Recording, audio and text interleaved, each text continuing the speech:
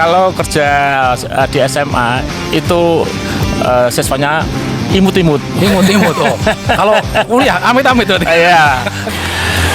Bismillahirrahmanirrahim. Assalamualaikum warahmatullahi wabarakatuh. Sahabat semua. Senang sekali saya Ferry bisa menjumpai Anda di program Podcast AE. Selalu ada hal menarik untuk diobrolkan. Baik sahabat, kali ini kita obrolnya agak sedikit serius dan santai juga karena narasumber kita ini adalah orang spesial.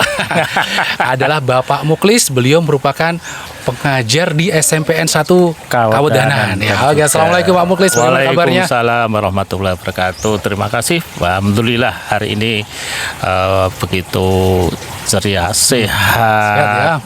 Ya. Jadi mohon maaf ini mendadak sekali ya.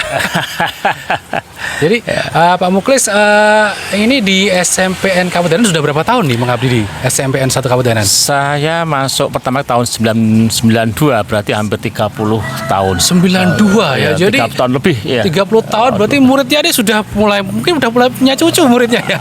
Sudah mulai banyak itu muridnya ya. Iya, ini yang saya ajar terakhir ini rata-rata cucu saya semua. Oh, jadi cucunya dari murid-muridnya gitu ya. Iya.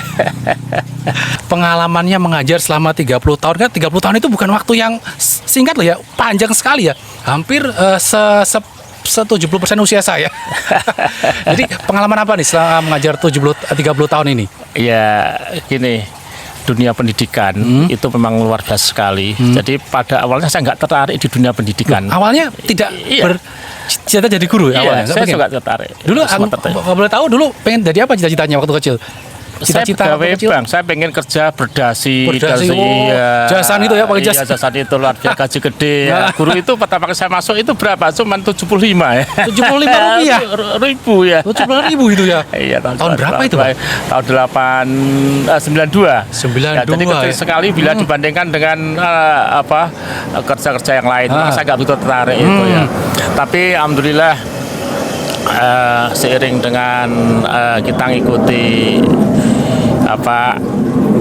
amanah ya orang tua, kowe dadi guru ya Pratenono gitu ya. Iya. Akhirnya jadi guru, ternyata setelah kita awalami enak ternyata ya. Iya. Jadi guru itu kita bandingkan ya. Kita ngajar atau kerja di dunia pendidikan yang notabene siswa itu dengan di pekerjaannya lain atau komputer. Saya dulu memang dari awal itu memang senang di komputer. Senang di komputer ya. Jadi benda-benda mati. Ternyata kalau benda mati itu kaku. Kalau murid itu manusia itu luas. Beda. Jadi butuh penanganan yang berbeda ya. Iya itu ya.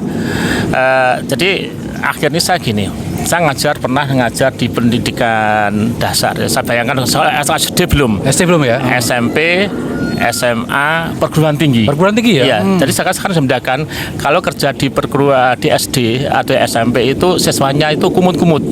Ya, masih lugu-lugu ya. Lugu-lugu. Kalau kerja di SMA itu siswanya imut-imut. Oh. Kalau kuliah amit-amit berarti. Iya, bikin kepala nyut-nyut ya.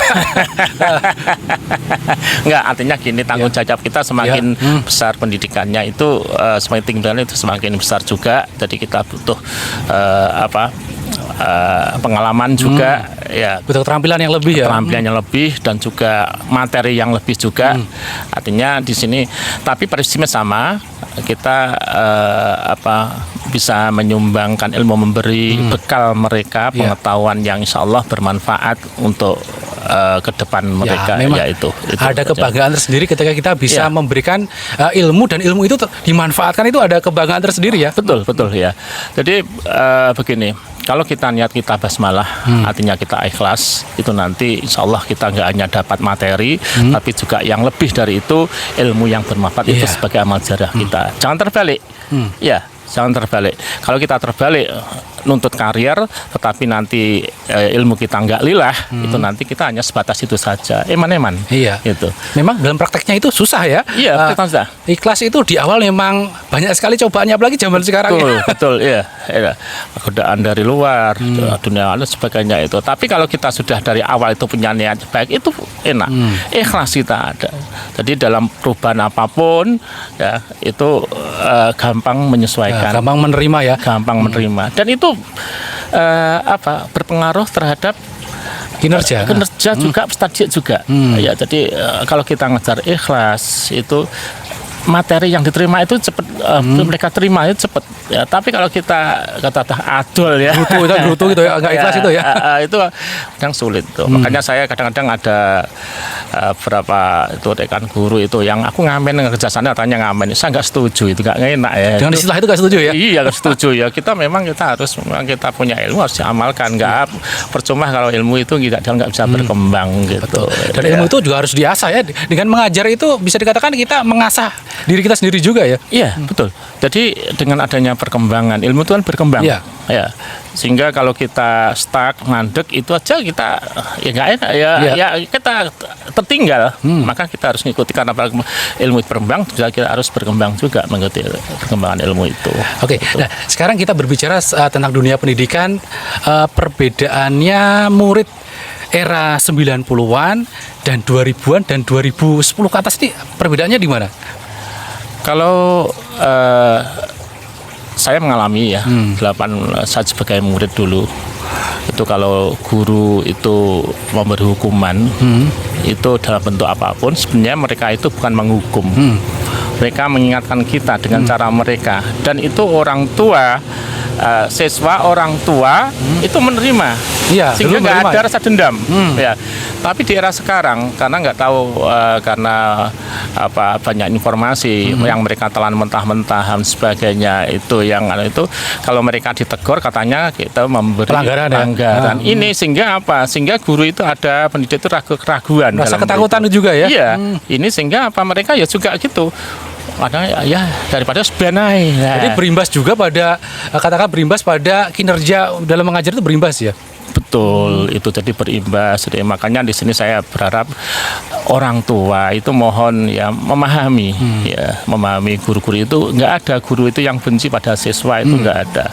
Yang ada kalau mereka menghukum itu bukan berarti menghukum, mereka itu mengingatkan dengan cara mereka, ya dengan kesayang. Mereka nggak ingin putranya, anak didiknya itu sampai melenceng itu. Nah, itu harusnya mereka orang tua harus kalau ada anaknya itu ditegur, harusnya itu terima kasih, harusnya bukan malah ikut marah ya. Iya. Tapi itu juga karena ya kita memahami mungkin dulunya latar belakang pendidikan orang tua itu ya juga berpengaruh juga terhadap.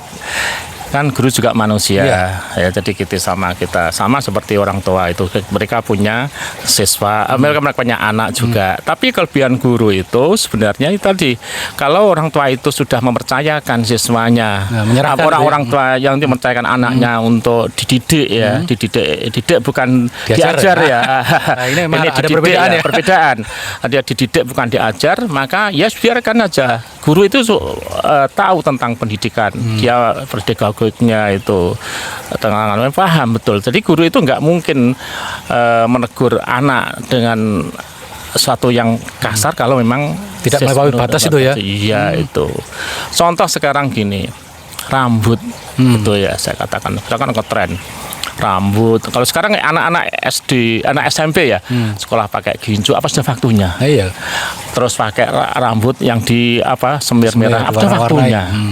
Pakai model itu nanti ya secara psikologis kalau anak sudah seperti itu, mereka itu nggak konsentrasi pada belajarnya, konsentrasi pada penampilannya saja. Nah itu guru itu pasti mengingatkan itu. Jadi demi siapa? Demi kebaikan anak itu untuk masa depannya itu. Bukan berarti gurunya tidak mengajar, justru guru itu mengikuti perkembangan ya, tapi dalam perkembangan itu tidak semuanya perkembangan itu baik. Tapi kadang-kadang perkembangan itu ada yang kurang baik. Ya, ini namanya anak kan tidak semuanya itu sempurna, pasti ada kekurangannya masing-masing ya. Ya ini. Maka tahun ini memang yang dari Kemdikbud sendiri itu penekanan karakter itu sekarang ditekankan lagi ini. Memang diakui atau tidak bahwasanya sekarang ini generasi kita itu sudah krisis akhlak ya. Betul. Akhlak dan adab itu memang sekarang diakui atau tidak memang itu yang terjadi sekarang ya. Iya. Betul ya. Nah ini kita sebagai pendidik dan sebagai orang tua ya ini kita merasakan ya akhlak itu sangat penting sekali. Akhlak itu jangan diartikan hanya sebatas sholat, bukan, itu akhlak secara keseluruhan, baik hablum minallah dan hablum minas. Itu harus ada keseimbangan. Ya, harus ada apa namanya, wasitah tengah-tengah sinergi gitu ya. Sinergi, ya dua-duanya bisa berjalan sehingga di masyarakat diterima, dan apa yang lakukan itu juga ibadah hablum minallahnya diterima, ya, dan dia ibadah dengan manusianya itu juga sebagai amal juga. Ini sulit. Ya, sekarang sudah ada anak yang tidak sekarang sudah kehilangan kesis. Jadi misalkan anak itu enggak kepekaan terhadap sosial itu sangat kurang. Jadi kali. Istilahnya Unggah-ungguh itu ya. sudah lagi. Ya masih ada bahasa Jawa ada. Maka di sini harus dimulai juga untuk mengubah karakter itu. Tidak cukup di sekolah, karena di sekolah itu hanya berapa jam itu ya, jam 8, jam 7 sampai jam 3 gitu, maksudnya jam 3 ya. Itu.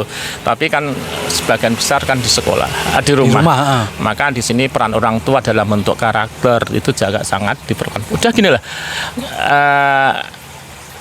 Kebun nyusu gudal ya. Kebun nyusu gudal ya, itu istilah kebun nyusu gudal ya. Ya, artinya atau kacang lanjaran apa? Lanjaran ya itu ya. Ya itu artinya sesuatu nggak beda jauh dari dari apa aja. Buah tidak mungkin jauh dari pohonnya. Lah itu artinya kalau pohonnya bagus, nanti buahnya juga akan bagus juga.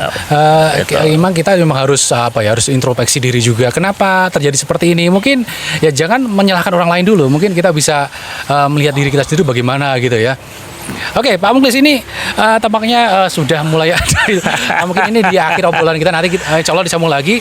Mungkin di akhir-akhir ini mungkin pesan atau kesannya kepada kepada para guru dan para siswa. Ini apa nih pesan-pesannya? Untuk para siswa ini ya, tekankanlah adab atau karakter yang baik.